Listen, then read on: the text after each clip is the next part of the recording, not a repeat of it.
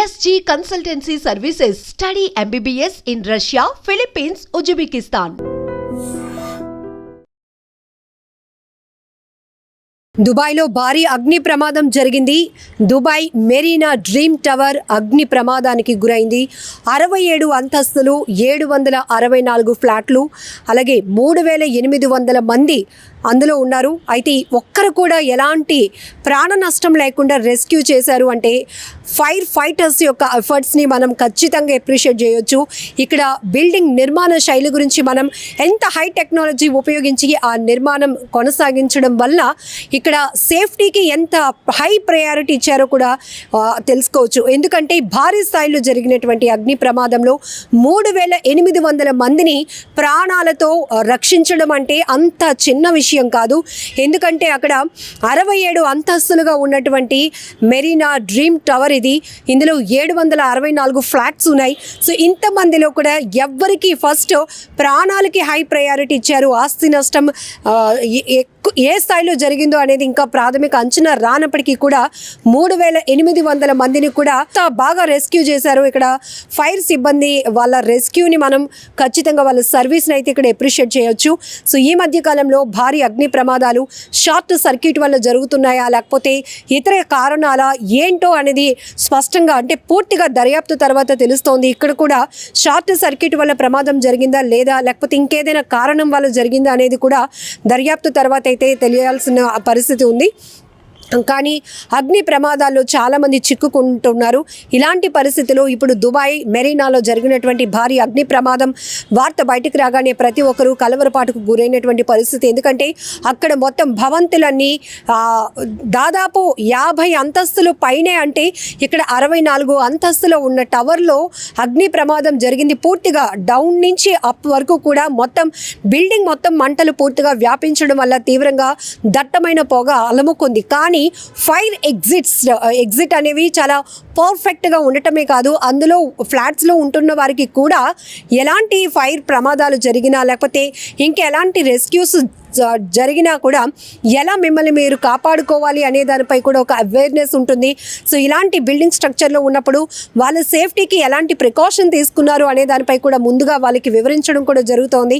So ఇలాంటి అగ్ని ప్రమాదాలు జరిగినప్పుడు కావచ్చు లేకపోతే షార్ట్ సర్క్యూట్ కావచ్చు, ఇతర కారణాల వల్ల ఫైర్ ఇన్సిడెంట్స్ జరిగినప్పుడు కూడా అక్కడ ఫైర్ సిబ్బంది ఎలా రెస్క్యూ చేశారు, హై టెక్నాలజీ ఉపయోగించి మంటలను ఎలా అదుపులోనికి తీసుకొచ్చారు అనేది ఇప్పుడు ప్రతి ఒక్కరిని ఆశ్చర్యానికి గురి చేస్తుంది. సో ఇక్కడ మన తెలుగు రాష్ట్రాల్లో మనం బిల్డింగ్ స్ట్రక్చర్స్ చూస్తే కనుక ఇల్లు అన్ని చాలా దగ్గరగా ఉంటాయి. ఒకరినొకరు కాపాడుకోవడానికి పక్కన ఉన్నటువంటి ఫ్లాట్లో అగ్ని ప్రమాదం జరిగినా ఆ పక్కనున్న దానికి కూడా ఇమీడియట్గా వ్యాపించే పరిస్థితులు ఉంటాయి. ఎందుకంటే రెస్క్యూ చేయడానికి కూడా వెళ్ళలేనటువంటి పరిస్థితులు. కానీ ఇక్కడ దుబాయ్లో బిల్డింగ్ స్ట్రక్చర్స్ హై టెక్నాలజీ బేస్తో చేసినటువంటి ఆ నిర్మాణ శైలి గురించి మనం ఒక్కసారి చెప్పుకోవాలి.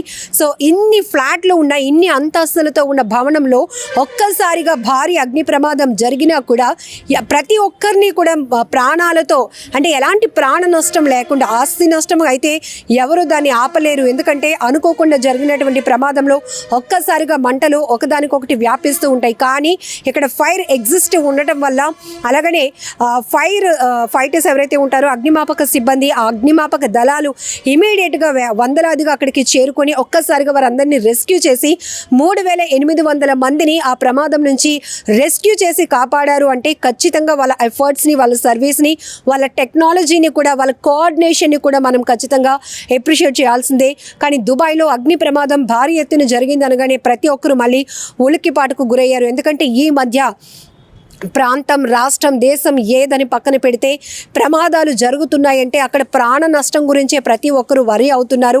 ఒక ప్యానిక్ అనేది వస్తుంది. ఎందుకంటే ఈ మధ్య ఎన్ని చూస్తున్నామో మనం ప్రమాదాలు, అది విమాన ప్రమాదమా, అగ్ని ప్రమాదాల, ఇంకొకట అని పక్కన పెడితే, రోడ్ యాక్సిడెంట్స్ అని పక్కన పెడితే ప్రమాదం జరిగిందంటే చాలు అమాయకమైన ప్రాణాలు పోతున్నాయి.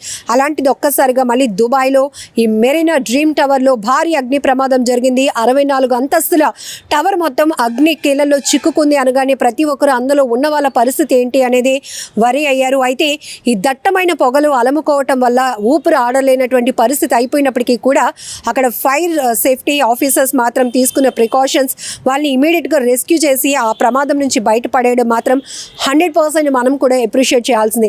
అలాంటి హై టెక్నాలజీ కావచ్చు, వాళ్ళు వాడేటటువంటి ఎక్విప్మెంట్ గురించి కూడా మనం మాట్లాడుకోవాలి.